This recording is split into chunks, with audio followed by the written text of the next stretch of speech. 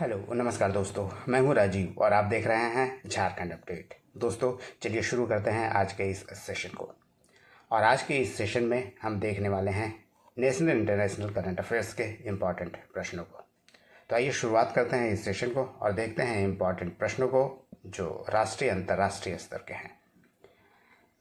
आज का प्रश्न है दोस्तों, खिलाड़ी और भारतीय टीम के कोच रहे अंशुमन गायकवाड़ का 31 जुलाई 2024 को निधन हो गया। वह किस खेल से संबंधित थे?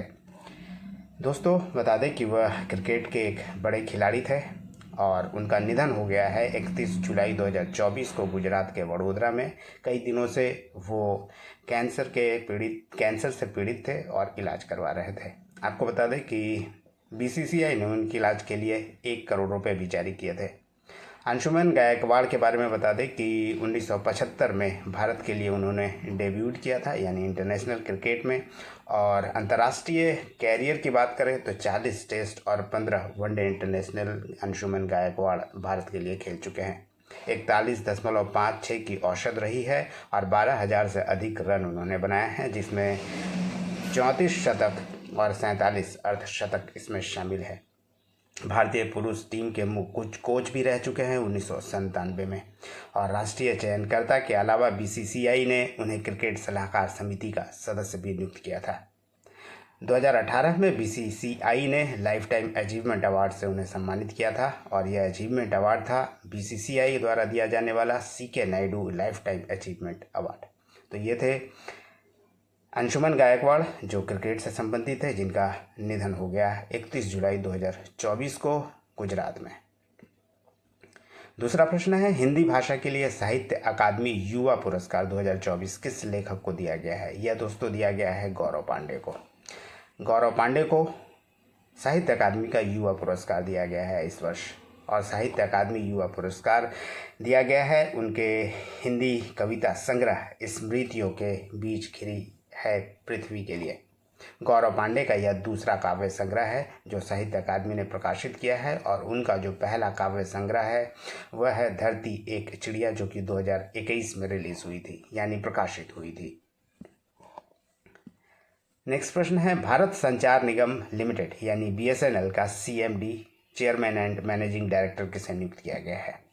सीएमडी नियुक्त किया गया है बीएसएनएल का रॉबर्ट जेरार्ड रवि को। 15 जुलाई 2024 को बीएसएनएल का सीएमडी नियुक्त किया गया है जेरार्ड रवि को। इससे पहले वह भारतीय दूरसंचार विनियामक प्राधिकरण यानी try telecom regulatory authority of India में सलाहकार के पद पर कार्य कर रहे थे। बीएसएनएल में उनकी भूमिका महत्वपूर्ण अभी होने वाली है, क्योंकि कर्जे में डूबी यह कंपनी आने वाले समय में 4G और 5G में शिफ्ट करने वाली है। तो ये बदलाव इनके लिए एक चैलेंज होगा। सुंदर पिचाई को किस आईआईटी ने मानद डॉक्टरेट की डिग्री से सम्मानित किया है, यानी ऑनरेरी डॉक्टरेट की उपाधि दी है? यह दोस्तों आईआईटी खड़गपुर। आपको बता दें कि वो आईआईटी खड़गपुर के ही पास आउट स्टूडेंट हैं और आईआईटी के द्वारा ही, यानी आईआईटी खड़गपुर के द्वारा ही उन्हें ऑनरेरी डॉक्टरेट की डिग्री दी गई है। आपको बता दें कि गूगल के सीईओ रहे सुंदर पिचाई को ऑनरेरी डॉक्टरेट की डिग्री दिया गया है आईआईटी के द्वारा। यह अवार्ड उन्हें यूएसए में सैन फ्रांसिस्को में आयोजित एक कार्यक्रम के दौरान आईआईटी केजीपी के डायरेक्टर वीके तिवारी द्वारा जुलाई 2024 में दिया गया है। आपको बता दें कि आईआईटी खड़गपुर से ही सुंदर पिचाई ने 1993 में मेटलर्जिकल और मटेरियल इंजीनियरिंग में बीटेक की डिग्री प्राप्त की थी। नेक्स्ट प्रश्न है, हॉलीवुड के लेखक निर्देशक और ऑस्कर विनर रॉबर्ट टाउने का निधन हो गया। उन्हें किस मूवी के लिए ऑस्कर सम्मान मिला था? यह था दोस्तों चाइना टाउन के लिए रॉबर्ट टाउने ऑस्कर जीत चुके हैं।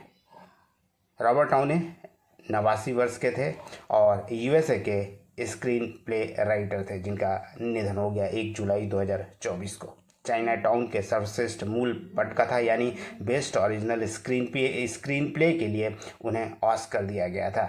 इसके अलावा the last detail 1973, China town 1974 और शैम्पू 1975 की स्क्रिप्ट रॉबर्ट डाउनी के द्वारा ही लिखी गई थी, जिसमें चाइना टाउन के लिए उन्हें ऑस्कर मिला था और दो मूवीज़ हैं वो नॉमिनेट किया गया था। फिल्म उद्योग में उनके योगदान के लिए 2014 में अमेरिकन फिल्म इंस्टीट्यूट के द्वारा फाइन आर्ट में ऑनररी डॉक्टरेट की उपाधि भी उन्हें दिया गया। 1997 में राइटर्स गिल्ड ऑफ अमेरिका ने लाइफ टाइम अचीवमेंट अवार्ड से भी रॉबर्ट डाउनी को सम्मानित किया है। आर्मी मेडिकल सर्विस की पहली महिला महानिदेशक यानी डीजी का नाम क्या है, जिन्हें हाल ही में नियुक्त किया गया है? यह है दोस्तों लेफ्टिनेंट जनरल साधना सक्सेना। लेफ्टिनेंट जनरल साधना सक्सेना को 1 अगस्त 2024 को आर्मी मेडिकल सर्विस का पहला वीमेन डायरेक्टर नियुक्त किया गया है। यानी लेफ्टिनेंट जनरल साधना सक्सेना आर्मी मेडिकल सर्विस की पहली डीजी बन गई हैं। 1985 में एयरफोर्स में वो शामिल हुई थी और armed forces medical college Pune से उन्होंने स्नातक की डिग्री हासिल की थी। इसके बाद फैमिली मेडिसिन में उन्होंने पीजी भी किया था। कृषि अर्थशास्त्रियों का 32वां अंतर्राष्ट्रीय सम्मेलन अगस्त 2024 में किस शहर में आयोजित किया गया?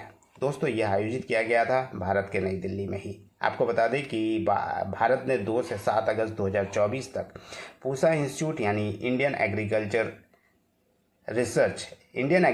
रिसर्च इंस्टीट्यूट में इसका आयोजन किया गया था। प्रधानमंत्री के द्वारा यह उद्घाटित किया गया था। 66 वर्ष के बाद भारत को यह मेज़बानी मिली है और 66 वर्षों बाद भारत कृषि अर्थशास्त्रियों का यह अंतर्राष्ट्रीय सम्मेलन आयोजित कर रहा है। इससे पहले 1958 में मेज़बानी भारत को मिली थी। कृषि अर्थशास्त्र पर अंतर्राष्ट्रीय सम्मेलन हर 3 साल में एक बार आयोजित किया जाता है और 33वां जो सम्मेलन आयोजित किया गया, इसका विषय था सतत कृषि खाद्य प्रणालियों की ओर परिवर्तन। इसके अलावा आपको बता दें कि कृषि अर्थशास्त्रियों का पहला अंतर्राष्ट्रीय जो सम्मेलन आयोजित किया गया था वो इंग्लैंड में 1929 डेवोन में किया गया था। वहीं कृषि अर्थशास्त्रियों का सम्मेलन की जो स्थापना का श्रेय जाता है वो इंग्लैंड के लियोनार्ड एल्महर्स्ट को जाता है, जिन्होंने 1929 में इंग्लैंड के डेवोन में कृषि अर्थशास्त्रियों का पहला अंतर्राष्ट्रीय सम्मेलन आयोजित किया था। नेक्स्ट प्रश्न है, रूस के 328वें नेवी डे परेड में भारतीय नौसेना के किस युद्धपोत ने हिस्सा लिया है? यह युद्धपोत है दोस्तों INS तबर, जिसने हिस्सा लिया था नेवी डे परेड जो कि आयोजित किया गया था रूस में। 328वां नेवी डे परेड का आयोजन 28 जुलाई 2024 को रूस में किया गया था और इस परेड में करीब 200 रूसी जहाज़ों ने भी हिस्सा लिया था। आपको बता दें कि INS तबर युद्धपोत का निर्माण भी रूस में ही हुआ है और इसे 2004 में भारतीय नौसेना में शामिल किया गया था और वर्तमान में बता दें कि भारतीय navy chief admiral Dinesh Kumar Tripathi हैं। अगला प्रश्न है, किस देश में निकोलस मादुरो तीसरी बार राष्ट्रपति बने हैं? यह है दोस्तों दक्षिण अमेरिकी देश है वेनेजुएला, जो तेल के लिए विख्यात है। इसके नए राष्ट्रपति तीसरी बार चुने गए हैं निकोलस मादुरो। आपको बता दें कि दक्षिण अमेरिकी देश वेनेजुएला के तीसरी बार राष्ट्रपति निर्वाचित हुए हैं और 29 जुलाई 2024 को ये इलेक्शन वहाँ पे रिजल्ट आया है वेनेजुएला में, जिसके बाद राष्ट्रपति नियुक्त किए गए हैं, चुने गए हैं निकोलस मादुरो। और वेनेजुएला का आर्थिक संकट के बारे में बता दें कि तेल के लिए मशहूर वेनेजुएला कई सालों से इन दिनों आर्थिक संकट से गुजर रहा है और अमेरिकी और पश्चिमी देशों में लगाए गए प्रतिबंधों की वजह से तेल के लिए मशहूर देश और दुनिया से वर्तमान में वेनेजुएला अलग थलग पड़ा हुआ है। वहीं वेनेजुएला के बारे में दोस्तों बता दें, ये एक दक्षिण अमेरिकी देश है जिसके आसपास के जो देश हैं वो ब्राज़ील, कोलंबिया और गुयाना हैं और वेनेजुएला की राजधानी कैरेकस है। मुद्रा है वेनेजुएला बोलीवर और भाषा स्पेनिश बोली जाती है और आबादी लगभग 3 करोड़ है। नेक्स्ट प्रश्न है, पेरिस ओलंपिक में भारतीय शूटर स्वप्निल कुसाले ने किस कैटेगरी में ब्रॉन्ज मेडल जीता है? दोस्तों 50 मीटर राइफल की मेंस कैटेगरी में स्वप्निल कुसाले ने भारत के लिए ब्रॉन्ज जीता है। आपको बता दें कि 28 वर्षीय हैं, 6 अगस्त 1995 में पुणे में जन्मे हैं 2012 से इंटरनेशनल शूटिंग इवेंट में हिस्सा ले रहे हैं और 2015 में कुवैत में हुई एशियन शूटिंग चैंपियनशिप में 50 मीटर राइफल प्रोन 3 इवेंट में वो गोल्ड मेडल भी जीत चुके हैं। वहीं पेरिस ओलंपिक की बात करें 2024 की, तो स्वप्निल से पहले मनु भाकर और सरबजोत सिंह ने शूटिंग में ब्रॉन्ज मेडल जीता है। मनु ने 10 मीटर पिस्टल में एक ब्रॉन्ज महिला एकल में और दूसरा ब्रॉन्ज सरबजोत सिंह के साथ मिक्स्ड इवेंट में जीता था। IFFI यानी international film festival of India के लिए महोत्सव निदेशक किसे नियुक्त किया गया है? यह है दोस्तों शेखर कपूर। आपको बता दें कि प्रसिद्ध जो डायरेक्टर हैं शेखर कपूर, जिन्हें मिस्टर इंडिया, बैंडिट क्वीन के फेम जिनको हासिल है, ऐसे फिल्म बनाने वाले शेखर कपूर को IFFI का महोत्सव निदेशक नियुक्त किया गया है, जो गोवा में आयोजित होने जा रहा है। आपको बता दें कि शेखर कपूर गोवा में हर साल आयोजित होने वाले international film festival of India महोत्सव के 55वें और 56वें संस्करण का नेतृत्व करेंगे। शेखर कपूर मशहूर फिल्म डायरेक्टर हैं, निर्माता हैं, प्रोड्यूसर भी हैं और mister India, bandit queen, Elizabeth जैसे फिल्मों के लिए वो जाने जाते हैं। अगला प्रश्न है, इंग्लिश चैनल पार करने वाली दुनिया की सबसे कम उम्र की और सबसे तेज पैरा स्विमर कौन है? यह है दोस्तों जिया राय, जो हाल ही में इंग्लिश चैनल को पार कर चुकी हैं। आपको बता दें कि जिया राय 16 वर्ष की मुंबई की है और ऑटिज्म स्पेक्ट्रम डिसऑर्डर से पीड़ित है और इंग्लिश चैनल को पार करने वाली दुनिया की सबसे कम उम्र की और सबसे तेज पैरा तैराक बन गई है। उन्होंने यह उपलब्धि 28-29 जुलाई 2024 को हासिल की है और जिया ने 17 घंटे 24 मिनट में यह समय लिया था इंग्लिश चैनल को पार करने में। इसके लिए इंग्लैंड के एबॉट क्लिफ से फ्रांस के पॉइंटे डी ला कोटे ड्यून तक इंग्लिश चैनल को तैरकर उन्होंने पार किया है और यह कुल जो दूरी थी इंग्लिश चैनल की जिसको जिया राय ने पार किया है वो 34 किलोमीटर की दूरी थी। किस भारतीय अंतरिक्ष वैज्ञानिक को हैरी मैसे अवार्ड से सम्मानित किया गया है? यह अवार्ड है प्रहलाद चंद अग्रवाल को दिया गया है यह अवार्ड। और बता दें कि यह सम्मान कॉस्पर यानी कमिटी ऑन स्पेस की ओर से दिया गया है। 15 जुलाई 2024 को दक्षिण कोरिया के बुसान में 45वां कॉस्पर वैज्ञानिक सम्मेलन आयोजित किया गया था, जहां प्रहलाद चंद अग्रवाल को हैरी मैसे अवार्ड से सम्मानित किया गया। वहीं कॉस्पर बता दें कि अंतरिक्ष विज्ञान अनुसंधान हेतु समर्पित दुनिया की पहली वैज्ञानिक संस्था है, जिसकी स्थापना 1958 में की गई थी। इसके अलावा दोस्तों इस संबंध में आपको बता दें कि हैरी मैसी पुरस्कार जो है अंतरिक्ष अनुसंधान में उत्कृष्ट योगदान देने वाले वैज्ञानिकों को दिया जाता है और Prahlad Chandra Agrawal Tata institute of fundamental research में खगोल विज्ञान और खगोल भौतिकी विज्ञान के रिटायर्ड प्रोफेसर हैं। पुरस्कार समारोह में यह भी घोषित किया गया है कि प्रहलाद चंद के नाम से अब एक किसी छोटे ग्रह का नाम भी रखा जाएगा। प्रहलाद चंद चंद्रयान 1 मिशन का भी हिस्सा रहे हैं। वहीं दोस्तों कॉस्पर के हेडक्वार्टर की बात करें तो फ्रांस के पेरिस में हेडक्वार्टर है कॉस्पर का और वर्तमान में जो कॉस्पर के अध्यक्ष है वो पास्कल एहरनफ्रेंड है। नेक्स्ट प्रश्न है, हेनले पासपोर्ट इंडेक्स 2024 के अनुसार powerful passports of the world list में पहला स्थान किन देशों को मिला है? यह है दोस्तों सिंगापुर को पहला स्थान मिला है और इस इंडेक्स में यानी हेनले पासपोर्ट इंडेक्स 2024 जो कि जारी किया गया जुलाई 2024 में और यह साल में 2 बार जारी किया जाता है। 2024 की रैंकिंग में पहले स्थान पर 6 देश रहे हैं। आपको बता दें कि France, Germany, Italy, Japan, Singapore, Spain ये सारे देश को पहला स्थान दिया गया है हेनले पासपोर्ट इंडेक्स में।